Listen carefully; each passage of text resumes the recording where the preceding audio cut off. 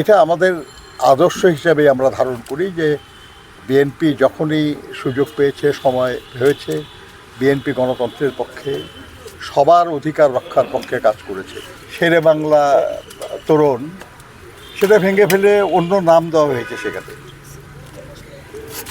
এটা রাজনৈতিক আচরণ নয়। এই এই দেশের, এই অঞ্চলের একসময়ের পুরো বাংলার গণমানুষের নেতা ছিলেন মরহুম একে ফজলুল হক। তার জন্ম এখন যেটা বাংলাদেশ এখানেই, সেজন্য বিশেষ করে আমরা তাকে আমাদেরই এই দেশেরই নেতা বলে আমরা মানি। আজকে তার 64তম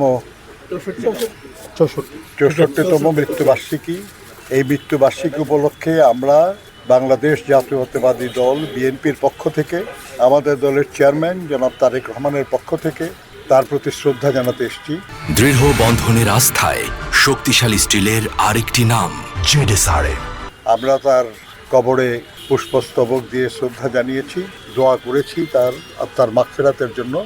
এবং আমরা এটা বিশ্বাস করি যে বাংলাদেশের রাজনীতির ইতিহাসে তিনি ছিলেন এক প্রবাদ পুরুষ এবং এদেশের গণমানুষের কল্যাণের জন্য তার অসংখ্য অবদান।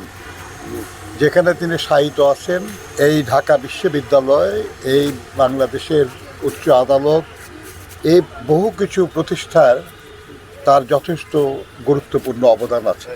কৃষকদের জন্য তিনি যে প্রজাস্বত্ব আইন করিয়েছিলেন, এটা যুগ যুগ ধরে দেশের কৃষিজীবী মানুষ তার সুফল ভোগ করছে। সাধারণ মানুষের প্রতি তার ভালোবাসা ছিল এবং সাধারণ মানুষ তাকে ভালোবেসেছিল। আমরা বিশ্বাস করি যে বাংলাদেশের সব রাজনৈতিক নেতা কর্মীরা তার কাছ থেকে শেখার অনেক কিছুই পাবে, কিন্তু তাকে নিয়ে আমাদের দেশে আলোচনা, পর্যালোচনা এটা কম হচ্ছে। আমরা আজকের এই দিনে সবার প্রতি অনুরোধ করব, আমাদের যারা মিডিয়ায় আছেন তাদের প্রতি অনুরোধ করব যে তারাও যেন তার জীবন এবং জীবনী নিয়ে তারা যেন লেখালেখি করেন। বাংলাদেশের সাধারণ মানুষ এবং রাজনৈতিক কর্মীদেরকে তারা যেন শেরে বাংলা সম্পর্কে আরও বেশি জানার, আরও বেশি বোঝার এবং সেখান থেকে আরও কিছু শিক্ষা নেওয়ার সুযোগ পান।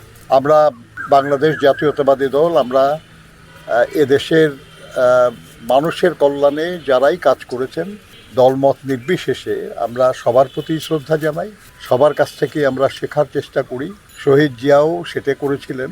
তিনি বিভিন্ন দল থেকে ভালো মানুষ যারা, যোগ্য মানুষ যারা, তাদেরকে রাজনীতি করার সুযোগ দিয়েছিলেন। আপনাদের খেয়াল থাকবে যে তার সময় জাতীয় সংসদে সবচেয়ে বেশি রাজনৈতিক দলের প্রতিনিধিত্ব ছিল। ডান, বাম, মধ্য বাম সবাই দেশের কল্যাণের জন্য একসাথে বসে কাজ করার সুযোগ পেয়েছিল।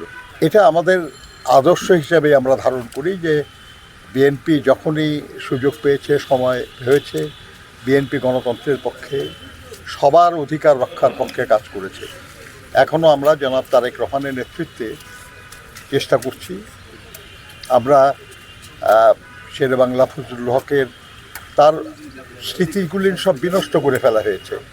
একটু আগে তার পরিবারের সদস্যরা বলছিলেন যে চাখারে তার যে গেট ছিল শেরে বাংলা তোরণ, সেটা ভেঙে ফেলে অন্য নাম দেওয়া হয়েছে সেখানে। এটা রাজনৈতিক আচরণ নয়, কিন্তু করা হয়েছে।